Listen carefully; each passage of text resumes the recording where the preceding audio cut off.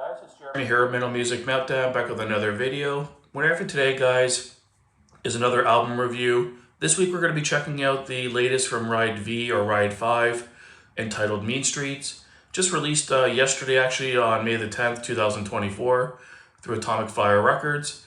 It's their 17th studio album in total. They've been around for a long time. They're like a traditional metal, more so American power metal, some hard rock mixed in, and some speed metal. But like I said, formed in 1975.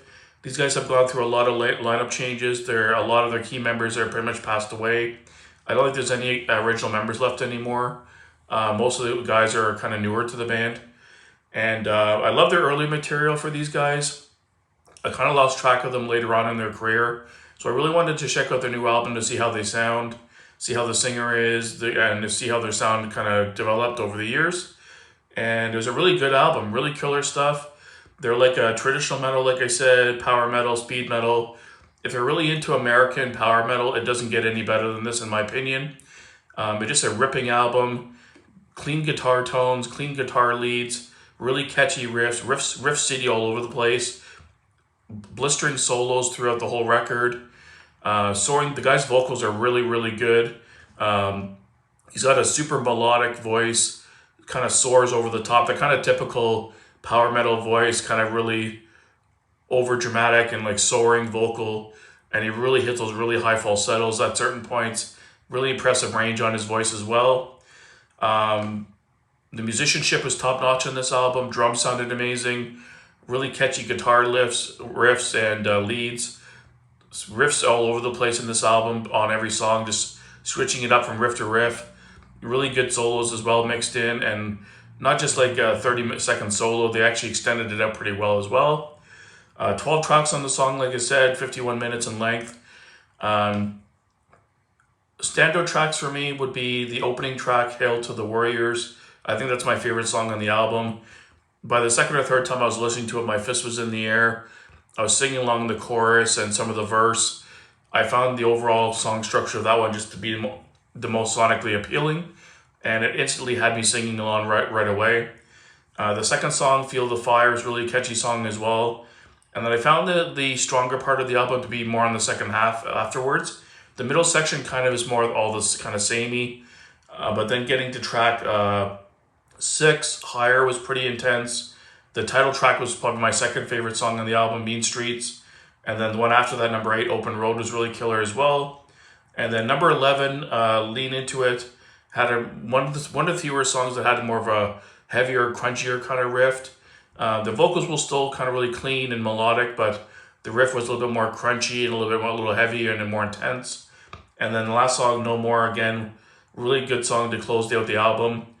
So I say the second half overall was a little bit stronger, but overall my favorite song on the album was the opener, Hail to the Warriors, and then close.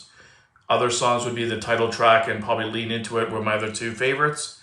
Not really a weak song on this album. I think the whole album's pretty strong. If you just don't mind the whole album kind of sounding samey, if you like that sound, it's perfect for you. It's one of those bands, if you like one song, you like all of them. Kind of like AC/DC. If it's not broken, don't fix it.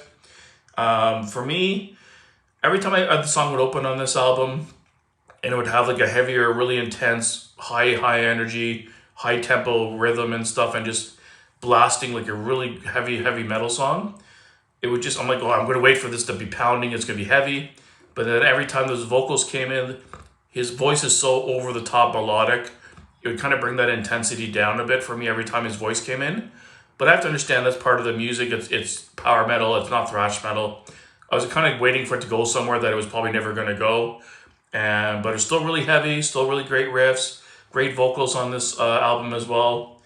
Giving a rating is pretty tough because I'm not normally a power metal kind of guy, and this kind of leans more into the American power metal kind of scene with some tinges of American or heavy metal as well.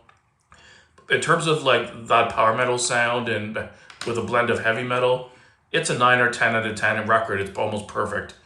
Overall, comparing it to just every metal album out there in general, I'd give it a solid 8. It's definitely one I'll be picking up. Just for a few tracks alone, it's worth a pickup if I can find it for a decent price. So I definitely want to buy a copy of it. But yeah, it's a solid 8 out of 10 for me. Really good stuff.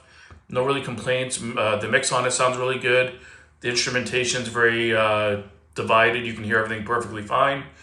It's very loud. It's bombastic. It's in your face. It's clean. It's crisp. The guitar leads are really clean and really and like not in your face, but like just very crisp. And the production sounds really clean. So let me know down below, guys, what you thought of the album. I thought it was a pretty killer album for the style of music it is. Like I said, it's not my first choice in subgenres of metal, but I really enjoyed it. It had my head banging. Musicianship was impressive. Like musically was killer. Guy has a really killer voice. A little too much on the power metal side of it for me sometimes, but overall killer album. So thanks for watching, guys. I also plan on hopefully going to review the new Unleash the Archers album as well, so stay tuned for that. Thanks for watching, guys, and keep it metal.